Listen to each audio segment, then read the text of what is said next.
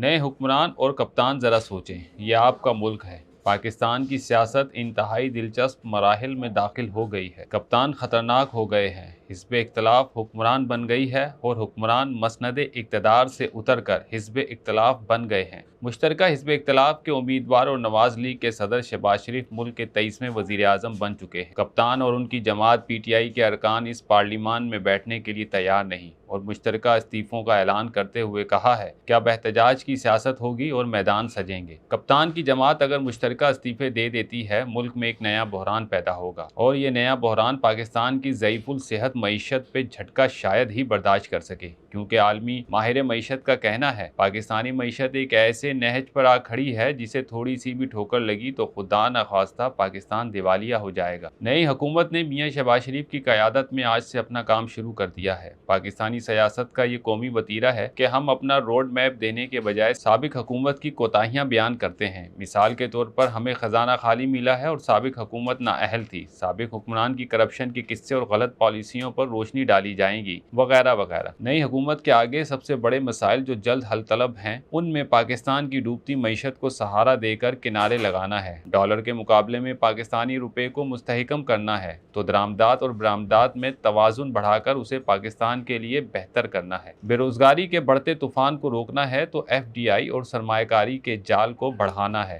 Tax net کو توازن میں لانا ہے تو انرجی کرائسس کو ختم کرنا ہے۔ اسی طرح پاکستان کے بڑھتے قرضوں پر نہ صرف کنٹرول کرنا پر اسے کم بھی کرنا ہے۔ پاکستان میں بڑھتی ہوئی دہشت گردی کو بھی روکنا ہے اور سب سے بڑا مسئلہ سفارتی محاذ پر پاکستان کی رسوائی کو کم کر کے پھر سے بیرونی ممالک سے بگڑتے ہوئے تعلقات کو بہتر کرنا ہے۔ خاص کر امریکہ، سعودی عرب اور چائنا کے ساتھ جو تعلقات خراب ہوئے ہیں، ان کو ایک مرتبہ پھر بڑے ہی غور و فکر اور دانش مندی کے ساتھ بحال کرنا ہے۔ یہ پاکستان کی سب سے بڑی بدقسمتی ہے کہ جو بھی حکومت آتی ہے وہ پوائنٹ اسکورنگ کی سیاست شروع کر دیتی ہے۔ کوئی بھی حکمران یا حکمران جماعت ملک کی معیشت کو مستحکم کرنے کے لیے جامع پلان بنا کر اس پر عمل نہیں کرتی۔ یہی وجہ ہے کہ ملک آج تک اپنے پاؤں پر کھڑا نہیں ہو سکا۔ کپتان کے خطرناک ہونے سے سب سے بڑی قیمت شہباز شریف یا ان کی جماعت چکائے یا نہ چکائے، پر کپتان نے اگر ہوش کے ناخن نہ لیے اور اپنی طبیعت اور تربیت کے مطابق مخالفت برائے مخالفت اور مار دھاڑ والی سیاست شروع کی تو شاید پاکستان بطور ریاست بڑی قیمت چکائے گا۔